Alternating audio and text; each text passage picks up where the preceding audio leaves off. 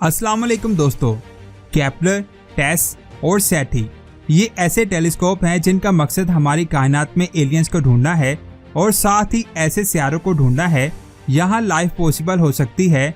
इन सब टेलीस्कोप को कायनात में ऐसे सबूत मिले हैं जो इस तरफ इशारा करते हैं कि हमारी कायनात में एलियंस हो सकते हैं।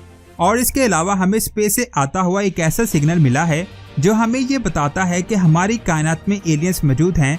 अगर सच में ये सिग्नल किसी एलियन ने भेजा है तो नासा ने इसका जवाब कैसे दिया और नासा इनसे राब्ता कैसे कर रही है, ये आप जानोगे आज की इस वीडियो में।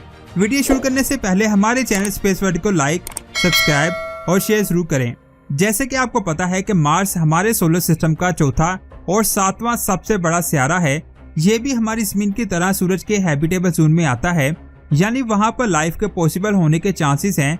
मार्स से बहुत सारे एस्ट्रॉइड और मेट्रॉइड हमारी जमीन पर आते रहते हैं, लेकिन इन सब में से एक मेट्रॉइड ऐसा था जिसने पूरी दुनिया के साइंसदानों को हिला कर रख दिया।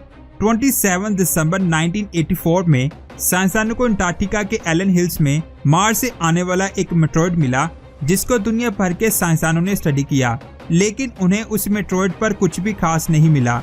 उसके बाद 1996 में नासा के एक साइंसदान डेविड ने उस मेट्रॉइड को दोबारा से स्टडी किया।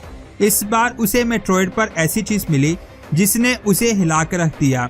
असल में उसने उस मेट्रॉइड पर बैक्टीरिया को देखा था और ये पहली बार था जब हम जमीन से बाहर किसी दूसरे सितारे से आने वाले मेट्रॉइड पर लाइफ को देख रहे थे।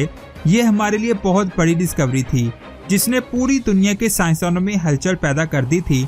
और इसी डिस्कवरी की वजह से साइंसदान मानने लगे कि अगर मार्स पर लाइफ के निशान मिल सकते हैं तो पूरी कायनात में किसी न किसी सितारे पर लाइफ पॉसिबल हो सकती है।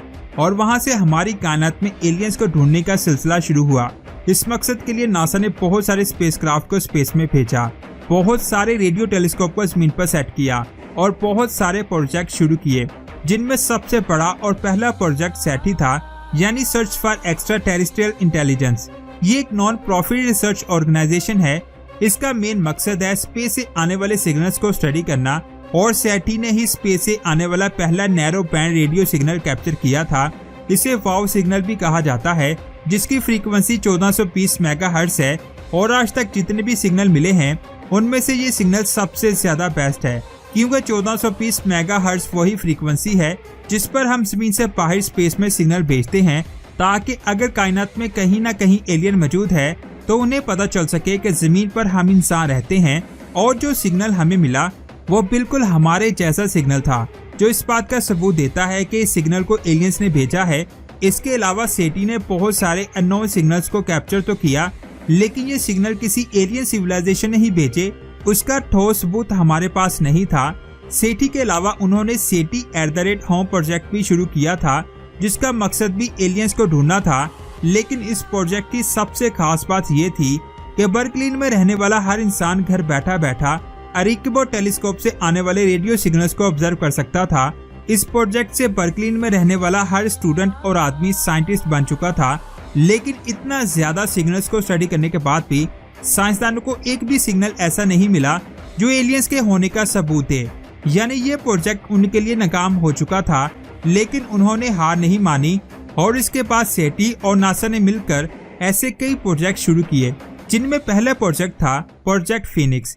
इस प्रोजेक्ट से साइंसदानों को पता चला कि स्पेस में 200 लाइट ईयर के एरिया में ऐसे कई हजार स्टार्स मौजूद हैं जो हमारे सूरज जैसे हैं, क्योंकि उनका मानना था कि ऐसे स्टार्स के गिर्द कई सितारे ऐसे होंगे यहाँ हम जैसे इंसान रहते हों, लेकिन यहाँ पर भी उन्हें कुछ हासिल नहीं हुआ, जिसकी वजह से साइंसदानों को ये भी प्रोजेक्ट बंद करना पड़ा। लेकिन आखिर उन्होंने ऐसा क्यों किया, उन्होंने हार क्यों मानी? उसकी सबसे मेन वजह थी रेडियो सैटेलाइट्स की कमी, क्योंकि जितनी सैटेलाइट्स उनके पास थी उनसे स्पेस का एक छोटा सा हिस्सा कवर हो रहा था, जिसकी वजह से इस प्रोजेक्ट को बंद करना पड़ा। लेकिन 2005 में नासा और सेटी के एक और प्रोजेक्ट ने इस कमी को पूरा किया, जिसका नाम था एलन टेलीस्कोप अरे। पहले प्रोजेक्ट में साइंसदानों को पता चल चुका था कि उन्हें स्पेस में किस जगह पर स्टडी करना है, लेकिन इस डायरेक्शन को स्टडी करने के बाद भी साइंसदानों को कुछ नहीं मिला। इस प्रोजेक्ट में उन्हें एलियंस तो नहीं मिले, लेकिन बहुत सारे सितारे मिल चुके थे, लेकिन उन सितारों पर कुछ भी नहीं था।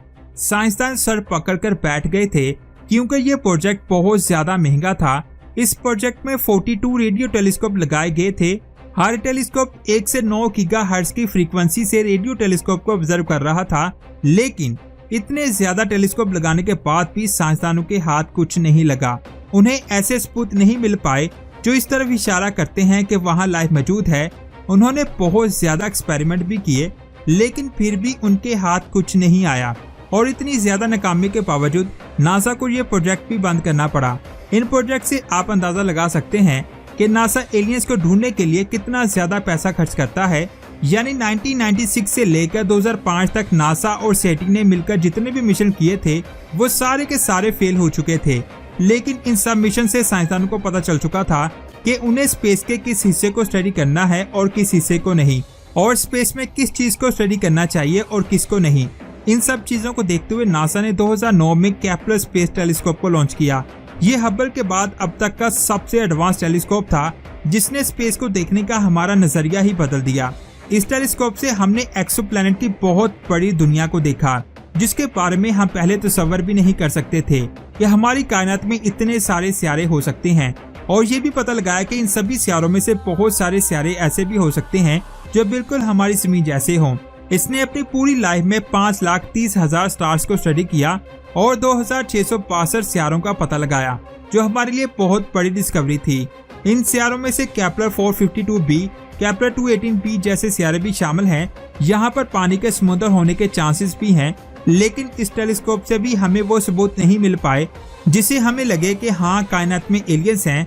इस टेलीस्कोप का मेन मकसद था हमारे सूरज जैसे स्टार्स को ढूंढना और ये देखना कि कौन सा सियारा अपने स्टार के हैबिटेबल जोन में आता है।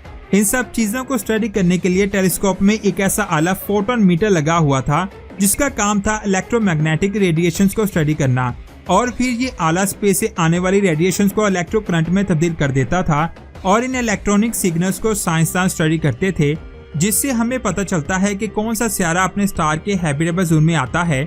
और अब तक इतने सारे प्रोजेक्ट करने के बाद भी साइंसदान को कोई एक भी ऐसा सिग्नल नहीं मिला जो इस तरफ इशारा करता हो कि हाँ वहाँ एलियंस हैं। अब तक नासा ने 1652 रेडियो सिग्नल्स को कैप्चर किया है। इसके अलावा जितने भी सिग्नल साइंसदानों ने स्पेस में भेजे थे उनसे भी कुछ हासिल नहीं हुआ।